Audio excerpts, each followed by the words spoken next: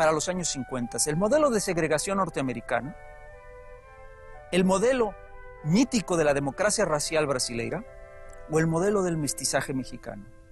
Para los años 60 el mestizaje mexicano era el modelo que todo el mundo quería copiar en Centroamérica y en todos lados. Por supuesto que estaba lleno de mitos, por supuesto que no era cierto que todos éramos iguales, por supuesto que no era cierto que no éramos racistas.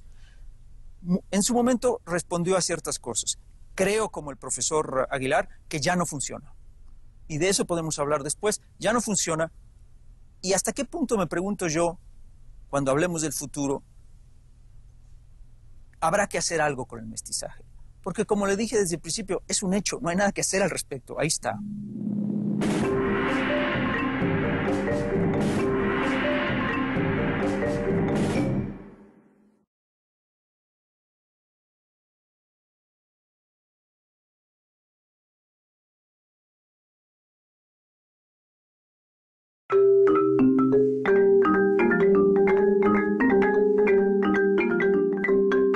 José Antonio Aguilar, hay otras minorías en el mosaico mexicano, como nos ha dicho Mauricio Tenorio, que en distintos momentos de nuestra historia han participado activamente tanto en la formación política como cultural del país. Pero pregunto, ¿cuál ha sido la participación de las minorías no indígenas en la formación del México actual? Bueno, yo creo que ha sido muy importante.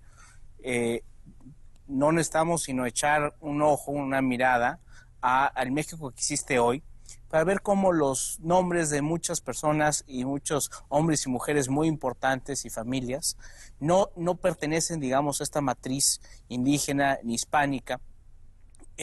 Hay hombres que son muy importantes económicamente en este país, que llevan apellidos libaneses o árabes, artistas de cine, científicos, artistas.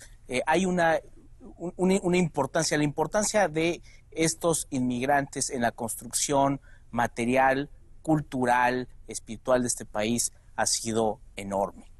Y es cierto que el mestizaje, me parece, fue una respuesta.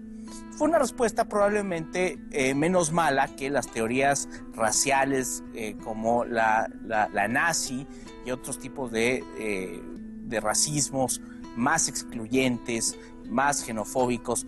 Pero digamos, es cierto, es una respuesta. Es el menos malo, tal vez la teoría menos mala racial, pero sigue siendo una teoría racial, y aún en ese momento me parece que fue una respuesta que hizo enormes injusticias a muchísimos mexicanos. Fue también una teoría mañosa, porque es cierto que los mexicanos, según la teoría, ya no había problema racial en México, porque lo solucionó en la teoría, pero en México desde principios, finales del siglo XIX hasta acá, siempre hubo mexicanos que eran más mestizos que otros. Y había un estándar en el cual aquellos mestizos que eran más caucásicos ocupaban un lugar más alto en la jerarquía racial del país.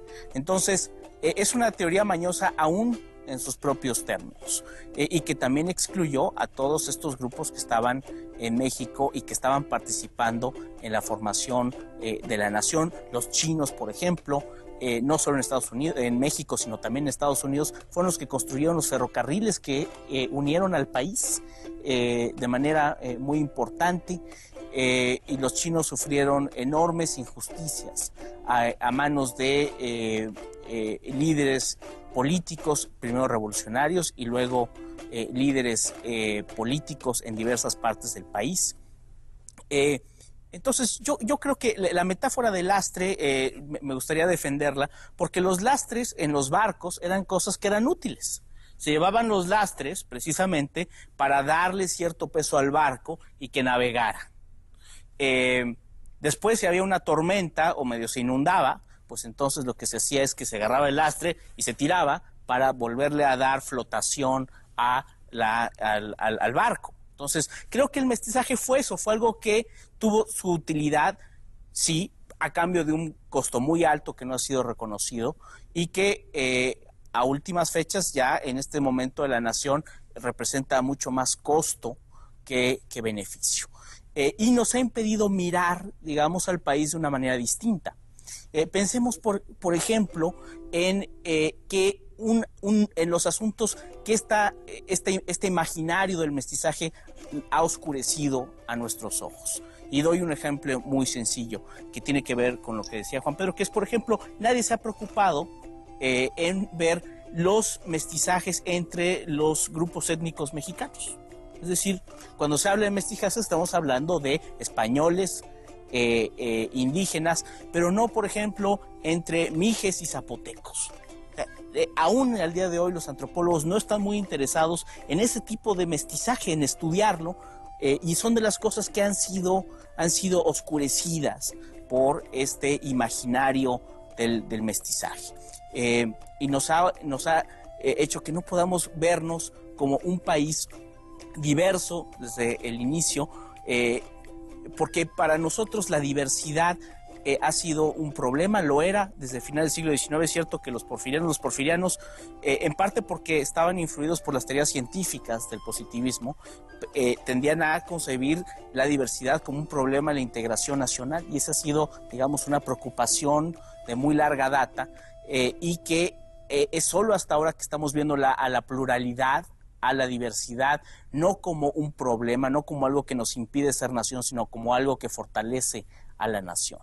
Entonces yo creo que el mestizaje fue una falsa puerta de salida. Sí nos llevó a algún lugar, pero creo que nos llevó a un callejón estrecho que acható nuestra imaginación.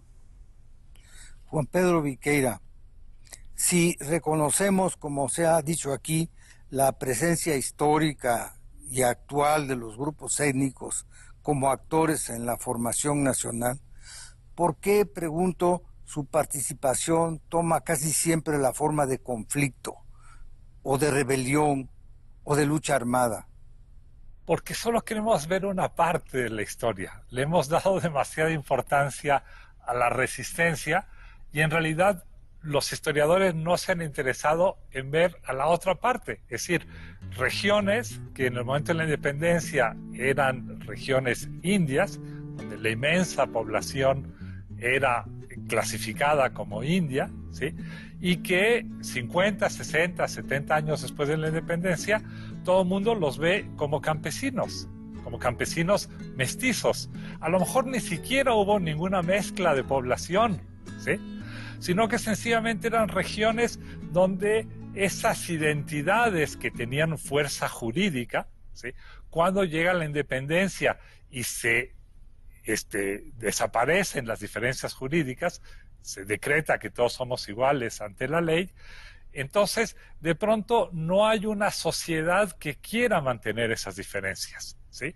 Y muchos de estos descendientes de los indios del periodo colonial van por una razón u otra, abandonando poco a poco el uso de sus lenguas mesoamericanas, sobre todo para escapar, digámoslo claramente, de la discriminación que pesaba contra quienes hablaban esas lenguas, ¿sí?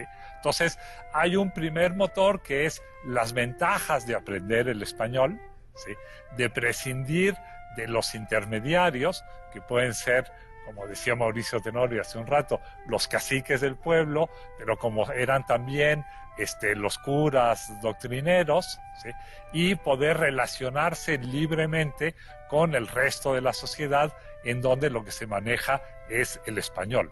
Entonces hay una primera apuesta que es aprender el español, ¿sí?